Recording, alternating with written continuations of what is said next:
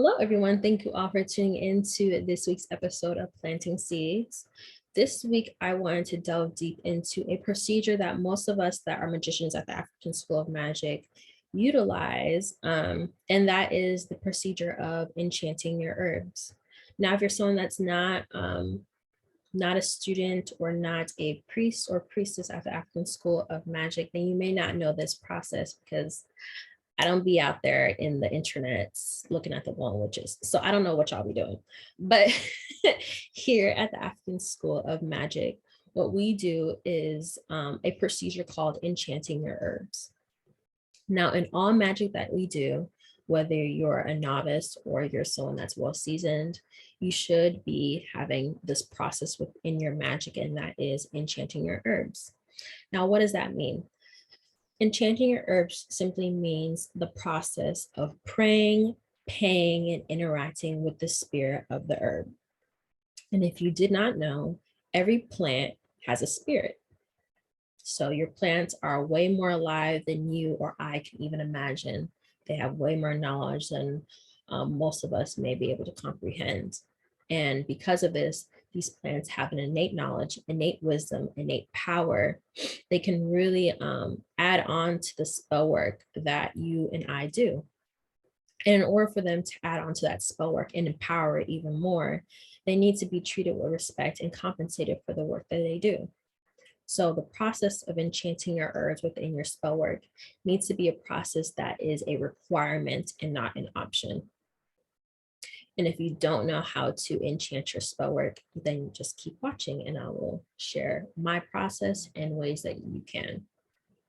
Now, because plants are spirits, they need to be interacted with prior to your spell work or even during your spell work, because once again, they're spirits and they have the ability to decline working with you, or they have the ability to reveal other aspects that they're able to help you in your life, whether it's day to day or within your spell work.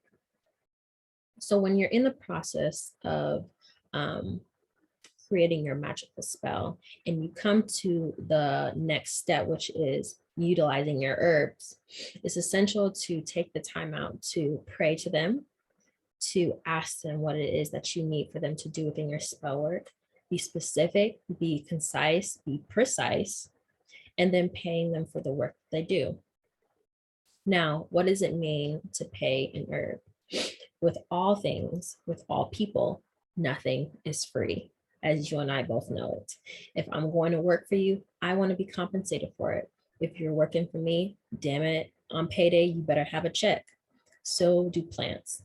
Plants need to be compensated for the work that they do. And you're able to compensate them for the work that they do by doing a few things. You can pay them in tobacco smoke. You can pay them with offerings such as water or food. You can also pay them by spraying alcohol on them. And some people go as far as to putting alcohol in their mouth and spitting it on the plant. I'm not one that does the whole spitting thing, but some people are. I'm not judging, but my process can be a bit lengthy.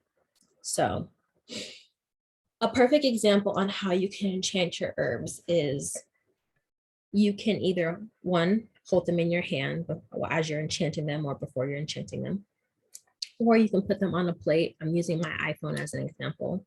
You can put them on a plate and then begin your process of speaking over them, speaking into them, asking, putting in your requests, paying them with their payment, whether it's tobacco smoke, whether it's water, et cetera, et cetera. And then after you've done this process, you can present them to the four directions. Once you've presented them to the four directions, you can set them down and divine over it to see if they've accepted your offering, if they've accepted your payment, if they've accepted the ways in which you've enchanted them.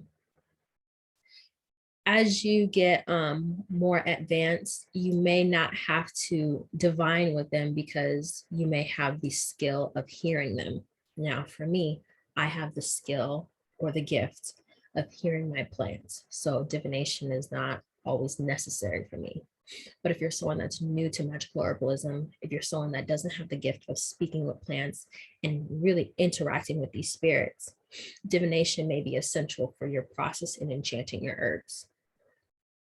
Now, after you've spoken into them, after you've prayed over them, after they've accepted your payment, then you can move forward with placing this herb within your work. So whether it's in your candle, whether it's in your lamps, or whatever it is that you're using the herb for. That is the process called enchanting your herbs. Now, you can get kind of funky with it. And that's the process that I use, which is creating a ritual of enchanting my herbs or your herbs.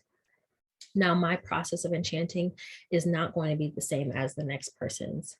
But just to give you an example on how lengthy of a process of enchanting herbs can be is, for example, when I'm doing work, sometimes I use fresh herbs and I happen to have a garden. So I will go out, I will talk to all the different spirits. And sometimes I choose the spirit for the spell work, and sometimes the spirit chooses me. It just depends on the day. And so I will go out, I'll pick the fresh herbs, I'll bring them back in, I'll wash them.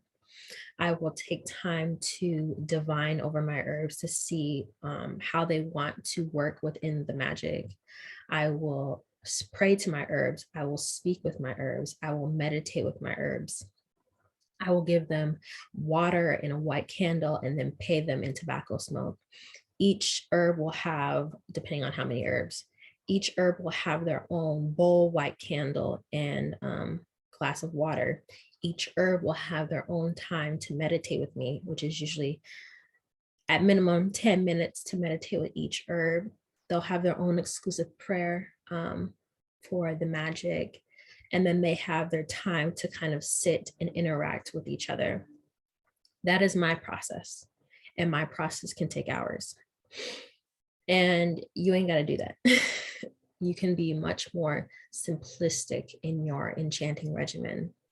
But the key in this all is to have an enchanting process. You must show respect to your herbs. You must enchant your herbs. You must pay your herbs. This is a key aspect into your magic.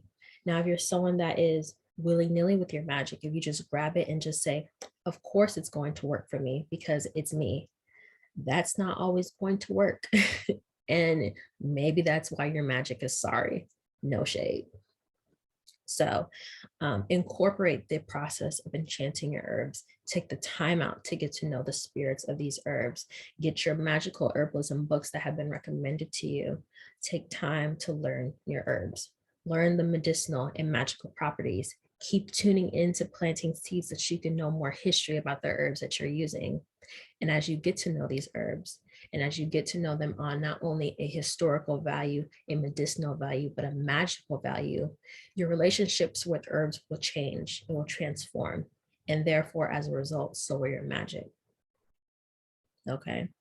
So if you like what you heard today and you would like to know more, I have a Patreon, patreon.com/the garden goddess, where I give exclusive content, exclusive magical rituals, recommendations. I even get private lives within the Patreon so that you guys can ask me more magical herbalism related questions.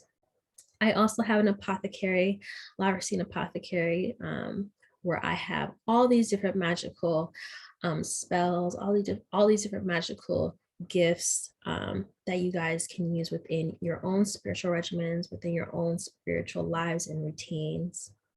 I'm also a priestess at the African School of Magic and the Voodoo Institute, and I'm giving ancestral life path readings. So you can book a reading with me at the Voodoo Institute, voodooinstitute.com/garden, as well as check me out on the African School of Magic, where I teach about magical waters and magical herbalism.